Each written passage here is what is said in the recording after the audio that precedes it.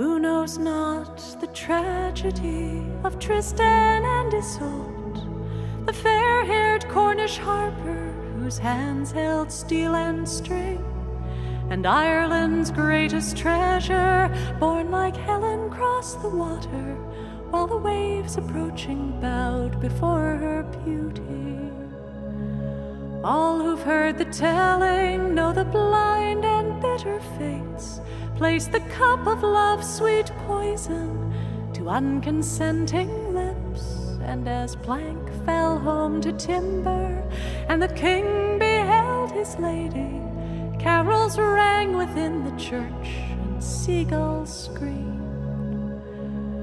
All the harpers labor on their agonies of passion, unfulfilled and ever straining like lodestones to the north.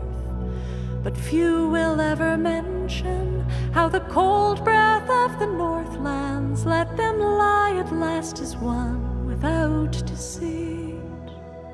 When Tristan could no longer bear the shame of guilty conscience, he took ship to far Bretagne, half-hearted and bereft.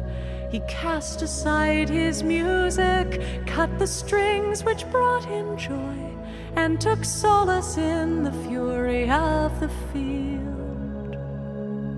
Praise grew up around him like the corn around a boulder, as the Cornish men did battle with demons in and out. In singing sword and thunder, Tristan vainly sought distraction, yet she whispered in the silence of the slain. In the way of warriors, rewarding noble heroes, fairest Blanchemain of the Bretons was given for his wife. But Blanchemain knew no pleasure from her cold and grieving husband, for the marble face of memory was his bride. In that time the country was beset with Eden serpents, and the basest of all creatures can bring the highest low. Two poisons coursed within him, and none could be his savior but the healing arts of Ireland and Isolt. So wings of hope departed, struggling north against the tempest, with tender words entreating for mercy and for grace. If his love no longer moved her, hoist the black into the rigging, but if white brought them together, he would wait. Daylight creeping downward, Tristan's demons massed against him, and the words of his delusions brought hidden love to light, while the woman he had married, but to whom he'd given nothing, sat her long and jealous vigil by his side.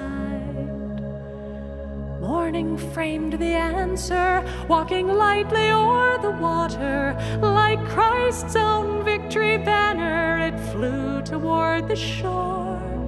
It was white as angels' raiments, but when feebly he begged her, fairest Blanchemain softly told him, "'Tis of night."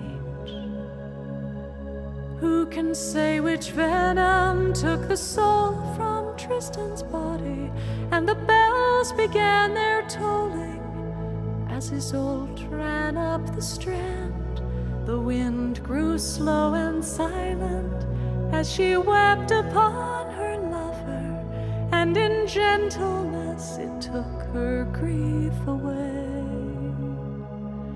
Side by side they laid them, with the earth their separation. Even yet they were divided by the morals of the world, but their spirits spiraled upward, Ireland's briar and Cornwall's rose, and together